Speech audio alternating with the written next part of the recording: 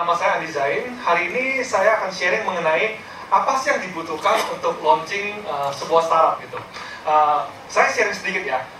Kenapa saya di industri startup? Jadi saya invest dan saya juga bangun startup. Selama ini sudah bangun mungkin sekitar hampir 50 perusahaan selama hidup saya di bidang teknologi.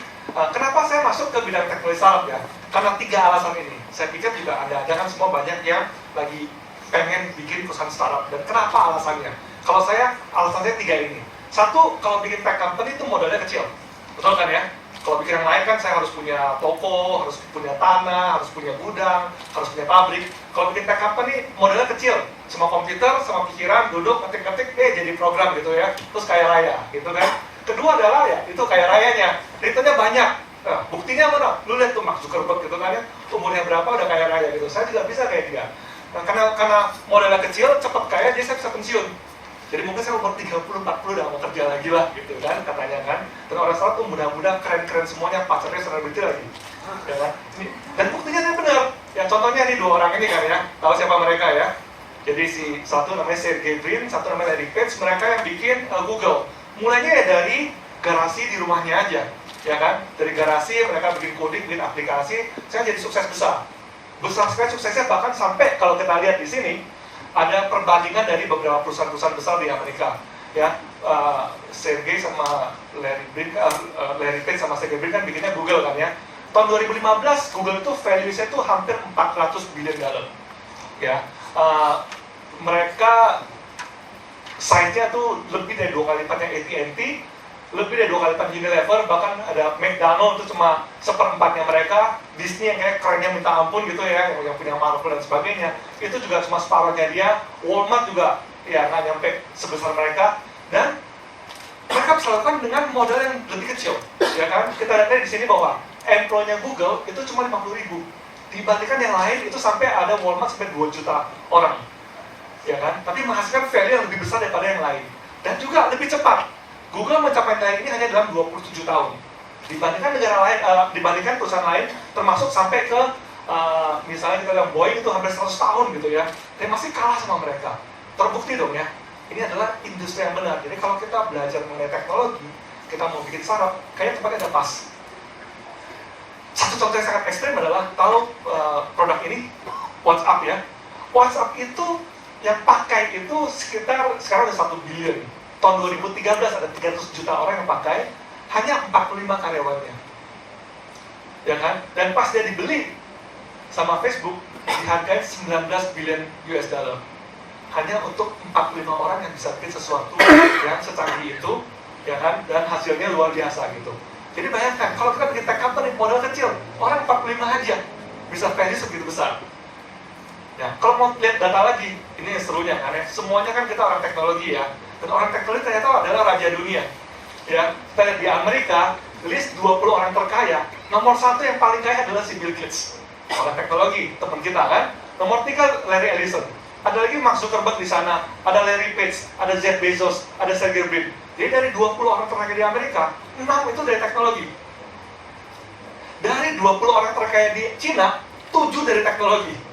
Jack Ma nomor 1 di sana. Jadi udah nggak salah ya, kita masuk ke bidang teknologi ini.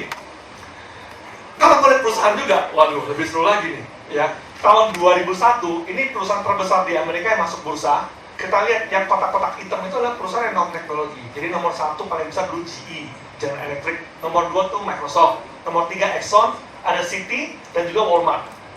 Tahun 2006, Microsoft masih di sana, cuma dia turun di ranking 4.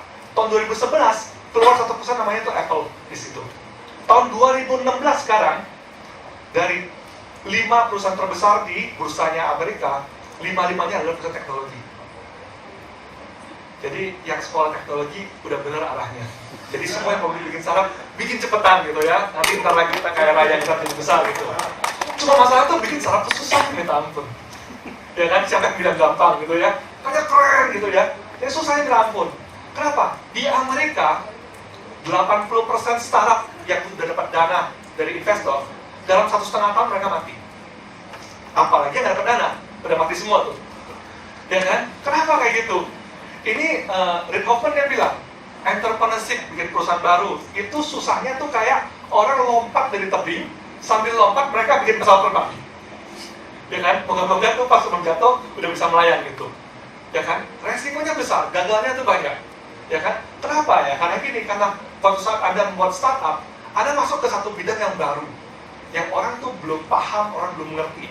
Ya kan? You come to one unknown territory. That's why your risk is very high. Ya kan? Apalagi kondisi kita, ya, startup itu masih baru. Anda nggak punya pengalaman, Anda nggak punya uang, nggak punya modal, Anda nggak pernah kerjain sebelumnya, Anda nggak punya track record, ya kan? Anda nggak punya koneksi, nggak kenal siapa-siapa, nggak ada yang percaya sama Anda. Kok bisa sukses? Ya kan? Susah dong suksesnya. Ya kan? Kira kalau gitu bisa nggak ya? Kita berharap aja kita bisa berhasil gitu ya. Kita doa aja kenceng. Tapi yang berdoa, berharap itu bukan strategi ya. Ya kita maunya gimana nih trik-triknya supaya bisa berhasil. Ya, jadi bagaimana secara struktur kita bisa menurunkan resiko startup untuk gagal dan naikin chance untuk kita berhasil. Saya mau sharing sedikit bocoran ya. Kalau kita bikin satu perusahaan, pertama kali kan kita butuh modal. Modal dari mana? Mau pinjam uang di bank agak susah sebagai startup karena kita nggak punya kolateral. Jadi mintanya sama siapa? Sama investor. Siapa investor itu? Mungkin angel investor. Kenapa namanya angel? Karena mereka baik. Gitu kan ya. Kenapa dia baik? Karena kalian nggak punya modal, nggak punya pengalaman, nggak punya contoh produk, nggak punya track record, dikasih uang juga. Makanya namanya angel. Nah, investor itu mikirnya itu apa? Kalau dia mau invest, mikirnya ini rahasia dapur ya. Satu, mereka lihat resiko-resiko yang mereka takuti, ya kan? Sebelum mereka invest. Satu, market risk, resiko pasar. Pasarnya ada apa nggak ya kalau saya invest di produk kami? Ya. Nomor dua, mereka lihat resiko bisnis model. Ya kan? Kalau saya invest di perusahaan ini, kira-kira nanti perusahaan itu ada yang mau pakai dan mau bayar apa enggak? Kalau pakai aja gampang, ya kan? Pasarnya besar, yang pakai banyak, yang bayar nggak ada, ya kan? Nanti bangkrut juga. Nomor tiga adalah, kalau saya invest di orang itu, yang kerjakan perusahaan itu, mereka bisa nggak eksekusi? Timnya bagus nggak? Mereka ngerti nggak kerjainnya? Ya kan? Kerja keras bagus apa enggak? Mereka bisa kerja sama apa tidak? Ya kan? Nanti berantem lagi, bubar lagi tengah-tengah jalan. Itu yang ketakutan investor. Nomor tiga adalah teknologinya. Kira-kira kalau dibikin, teknologinya memadai atau enggak? Ya kan? Sudah ada belum perangkat-perangkat atau teknologi yang memungkinkan bahwa apa yang mau dibikin itu bisa berhasil? Ya, jangan sampai nanti saya udah bikin, orang mau bayar nggak bisa, ya kan? Dihack lagi, ya kan? Ini ketakutannya. Sama yang terakhir adalah timing. Ini waktu yang tepat apa enggak untuk masuk seperti itu? Ya, jadi 4 hal ini atau 5 hal ini itu yang bikin investor takut. Jadi kalau Anda masuk satu bidang, mau bikin startup, ini yang harus Anda pikirkan. 5 hal ini, kalau saya kerjakan, kira-kira saya bisa mengatasinya atau tidak. Ya, kalau tadi kita bilang bahwa 80% startup yang didanai itu gagal. Ya, kalau saya bikin gambar jadi kayak gitulah. Ya kan, ini ada tabel, trade failure 80%, komponen itu apa? Timing, teknologi, eksekusi, market, sama bisnis model. Ya kan? Jadi bagaimana saya mau turunkan 80% ini jadi 30% atau 20%, kalau nggak paling nggak 50-50 lah, ya kan resikonya kan. Saya kalau nggak bayar, saya ada mau bisnis, kata Pak, saya punya ide mau bikin seperti itu. Wah bagus nih, bisa berhasil nggak? Ya resiko gagal 80% lah. Ada yang invest? Nggak mungkin kan? Secara statistik itu datanya, ya kan? Jadi gimana bikin 50-50 gitu kan ya? Atau paling nggak chance-nya 70% berhasil Pak, ya kan? Mungkin masih mau didanain. Ya kan? Nah, biasanya itu apa? Ini, kalau tadi adalah ketakutan investor, ini adalah checklistnya. Jadi apa yang mereka periksa sebelum mereka masuk dan menginvest ke satu startup. Ya, paling gampang lihat adalah satu, ide. Idenya bagaimana? Bagus apa enggak? Kedua, timnya bagaimana? Oke atau enggak? Ya kan? Ketiga, produknya sudah jadi belum? Bisa dilihat enggak? Keempat, traction-nya, produknya itu ada yang pakai apa tidak? Yang pakai banyak apa sedikit? Keempat, sudah dapat uang belum? Ada yang bayar nggak pakai produknya? Kelima, profitnya, duitnya ada nggak? Untungnya ada apa nggak? Ya kan? Biasanya itulah urutannya. Dari atas, kalau nggak ada apa-apa cuma ada ide, ya kan? Kalau Anda punya tim, lebih banyak lagi dapat uangnya, ya kan? Lebih percaya lebih tinggi. Anda sudah punya produk, kepercayaan tambah lagi naik dari investor, ya. Anda punya traction, lebih percaya lagi. Udah dapat uang, lebih percaya lagi. Udah untung, ya udah gampang lah, ya kan? Kalau dibagi, IP idea sama tim itu adalah people, orangnya. Anda nggak ngapa-ngapain juga Anda sudah punya itu, ya kan? Idea dari pikiran Anda sendiri sama tim, ya kelompoknya. Ini adalah, jadi kita butuh 3P untuk membuat satu perusahaan atau startup. P pertama adalah people, itu adalah ide sama timnya. Kedua adalah produk, yang produknya Anda bikin, ya kan? Kalau Anda punya produk, ya bagus. Ketiga adalah proses atau eksekusinya. Proses itu apa? Proses itu menghasilkan traction, menghasilkan revenue, menghasilkan project, menghasilkan profitnya, ya kan? Kalau yang pertama, yang putih, idea sama tim, nggak ngapa-ngapain pun Anda sudah punya, ya kan? Dan Anda kerja sedikit, dapat produk. Anda kerja lebih lagi, dapat adalah prosesnya. Ini 3 hal yang dilihat. Nah, let me give you some trick. Ya, kira-kira dengan cepat Anda bisa mendapatkan sesuatu yang bagus, yang ada nilainya, sehingga investor yang kadar takutnya 80% itu gagal, itu bisa agak turun. Ya, let's go one by one. Satu, ide. Bagaimana dapetin ide yang bagus? Ya, saya nggak mau ngomong panjang, bisa 1 jam. Tapi kira-kira intinya adalah cari ide atas sesuatu yang Anda passionate. Jadi kalau Anda sukanya adalah main game, Anda bakal jadi orang yang paling jago kalau ngomongin game. Betul kan? Tapi kalau Anda jagonya sukanya main game, terus Anda bikin startup yang hubungan sama rumah sakit, nggak ada hubungan. Biarpun Anda bilang, tapi pasarnya besar, untungnya besar, but you are not the right people to do it. Ya kan? Kalau Anda kotor kerjain, nanti bakal ketemu dokter yang bikin startup mengenai kesehatan, dia bakal lebih bagus daripada Anda. Ya kan? So start with something that you are really passionate about. Ya, kita bilang ada orang yang suka bikin startup yang hubungan sama hukum. Kenapa? Karena cerita kisah hidupnya dulu adalah, waduh, keluarganya pernah kena masalah hukum, jadi bertekad saya harus melakukan sesuatu untuk membantu sehingga orang-orang nggak kena tipu lagi di hukum misalnya. Itu satu dorongan yang penting sekali. So, kalau Anda cari sesuatu yang dekat sama panggilan hidup Anda, itu keuntungan yang terbesar. Itu pertama. Kedua, banyak orang bilang bahwa ide itu harus original, yang nggak pernah kedengaran sebelumnya, yang pertama kali, yang sangat unik, sangat inovatif.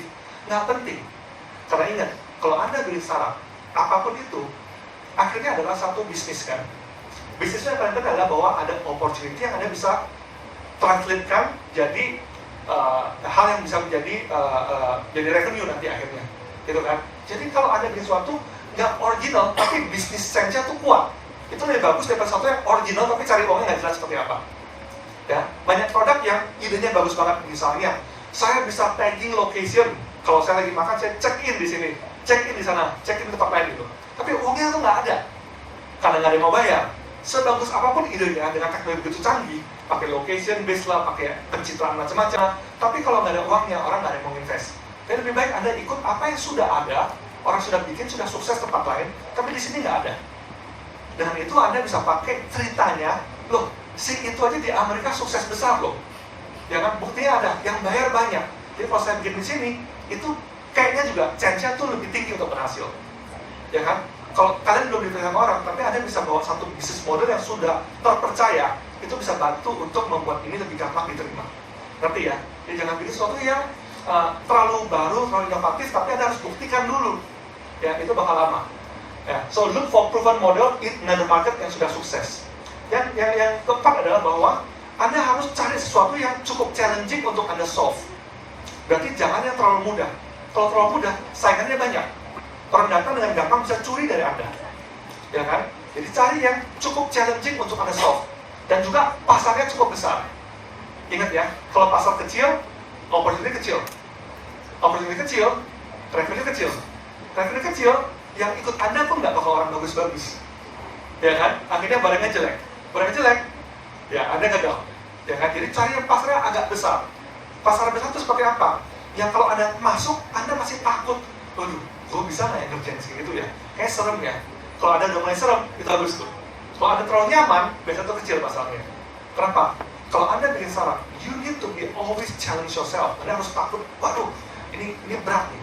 Tapi Anda semangat kerjain. Ya kan? Biasanya Anda akan try to break your own limit sehingga Anda lebih bagus lagi. Ini tips yang pertama dari ide. Ya, kalau saya mau garis bawahi, satu, cari yang ada passion. Kedua, nggak perlu yang terlalu inovatif idenya, ya kan, atau terlalu original, tapi harus proven dan cukup challenging, orang nggak bisa copy, dan juga pasarnya cukup besar. Ya, when you do that, kamu udah berhasil bantu turunkan resiko atau ketakutan investor, because you're working on something yang quite clear. Okay? Yang kedua, tim, ya kan? Kalau Anda cuma punya ide dan ide yang bagus, ada kedua, cara paling gampang untuk content investor adalah bawa tim yang bagus, ya kan? Karena tim yang bagus bisa memberi rasa nyaman oleh investor supaya mereka bisa masuk dan mau invest di Anda.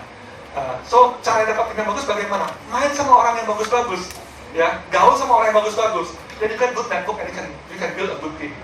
Tim yang bagus tuh biasa ada super kombonya tuh apa? Founder yang pertama itu bisa bisnis sama bisa finance. Founder yang kedua tuh bisa coding. Founder yang ketiga bisa marketing sama bisa desain, ya kan? Dan tambah satu lagi, cari advisor yang canggih banget, orang yang ngerti bidang itu, ya, yang mungkin udah pengalamannya 10 tahun, 20 tahun, jadi kayak mentornya Anda. Masukkan ke tim, karena ini bantu menaikkan profilnya Anda. Ya, ini tips yang kedua untuk tim. Yang ketiga, produk. Ini juga gampang, banyak orang langsung bikin produk yang terlalu susah, terlalu kompleks, sampai setahun pun nggak jadi. Ya kan? Anda cukup bikin mock-up yang cukup bagus untuk tunjukkan bahwa Anda bisa membuat sesuatu yang cukup kredibel, ya kan, cukup baik, sehingga nanti kalau di modal Anda bisa bikin yang lebih bagus lagi. Nggak perlu sampai terlalu canggih dulu, mock-up yang cukup bagus. Dan banyak orang yang pas bikin mock-up, bikinnya asal-asalan, sekedarnya aja. Ya, well actually kalau kamu ada di sana agak oke sedikit, dengan sedikit pekerjaan yang nggak banyak makan waktu, iconnya dibagusin, logonya agak bagus sedikit, nilai kalian lebih tinggi lagi. So, excellent user interface sama UX. Dan juga siapkan ada back-end yang ada analisa datanya. Ya, kenapa? Pada saat Anda ngomong sama investor, Anda tunjukin, ini hasilnya, ini datanya, dan saya simpan semua data. Itu penting sekali untuk perbaikan ke depannya. Dan juga teknologi Anda pakai yang bisa skill. Jangan pakai coding-coding yang sudah lama, yang udah nggak ada orang yang bisa coding itu lagi, nanti tahun depan bingung cari orang-orang yang untuk lanjutin produknya. Ya, so teknologi atau infrastruktur yang bisa scale. Dan yang terakhir adalah traction dengan revenue atau profit. Ya, lebih gampang dapat apa? Dapat penjualan atau profit? Ya, yang pasti adalah lebih gampang jualan dulu. Karena jual belum tentu profit kan, ya kan? Dan lebih gampang mana? Dapat traction atau jualan? Ya, traction apa? Traction adalah yang pakai belum tentu mereka bayar ya. Nah, jadi tahap-tahap seperti itu. Anda coba cari yang dapat traction dulu. Traction itu bisa ada dua, user sama customer. User itu yang pakai aja, customer tapi yang pakai dan bayar. Ya kan? Kalau bisa dapat customer ya bagus. Kalau nggak pun user dulu. Tapi kalau saya nggak dapat user, bagaimana? Apa yang saya bisa bikin? Sebagai startup yang pintar, yang bisa banyak akal, you try to do a deals, partnership. Ya kan, dengan badan pemerintah, dengan lembaga-lembaga apa, dengan asosiasi, dengan sekolah, dengan apa. Yang Anda bilang, ini saya udah punya partner nih. Kalau saya launching, justru langsung 100.000. Ngerti ya? Untuk bikin partnership, kadang-kadang nggak perlu modal. Tinggal kenalan, berani maju, ngomong, Anda bisa dapat partnership dan dapat deal itu. Setelah itu baru Anda bikin revenue atau dapat profitnya. So, look at the step, apa yang bisa dibikin. Ya. Traction itu adalah bahwa, kalau Anda belum punya apa-apa, do the idea. After that, have a strong team. After that, do a good product. After that, try to get traction. Traction nggak harus adalah penjualan atau apa, tapi bisa juga partnership atau deal Anda bisa bikin. Habis itu baru penjualan atau profitnya. Dan dengan itu, kalau saya masukin semua komponennya, itu akan bantu investor untuk rasa aman. Kenapa? By doing all of that, kamu bakal mengecilkan resiko bisnis model. Yang dulu nggak jelas, sekarang jadi jelas, karena you do something proven in the market. Turunkan dengan market risk, you do something like big in market size. Turunkan resiko eksekusi, karena tim kamu bagus, ada advisornya lagi. Terus dilihat contoh-contoh yang kayak gitu kan bagus nih, ada deal-dealnya lagi yang udah tanda tangan, ada partnernya yang udah mau kerjasama. Kemudian teknologi risk, ya kan? Barang ini tuh kayaknya oke nih, saya bisa percaya nih. Dan terakhir, timingnya juga, ya kan? Karena semua sudah ada, timnya bagus, barangnya ada, pasar lumayan. Jadi langsung resiko yang turun 80%, itu turun jadi di bawah 50%. Ya, jadi ini yang kira-kira tips yang gampang bisa dibikin. But to close, I want to share this with you. You are responsible for your own success. Jadi Anda yang tahu sendiri, Anda mau seperti apa. Dan juga nggak ada satupun cara yang pasti untuk bikin startup. Yang tahu pasti Anda. Ya kan, biarpun Anda banyak dengar dari kiri, karena seperti apa caranya, banyak buku ngomong ini seperti itu. Anda pelajari semua itu, ambil, tapi belajar dari pengalaman Anda sendiri. Jangan langsung, oh buku ini ngomongnya saya ikutnya seperti ini. Banyak yang gagal seperti itu. Build startup or your product for value, the money will come. Banyak orang yang masalahnya adalah gitu bikin sesuatu, arahnya uang dulu. Kalau Anda arahnya uang dulu, akibatnya apa? Akibatnya Anda akan menggunakan segala hal untuk mengeksploitasi customer Anda.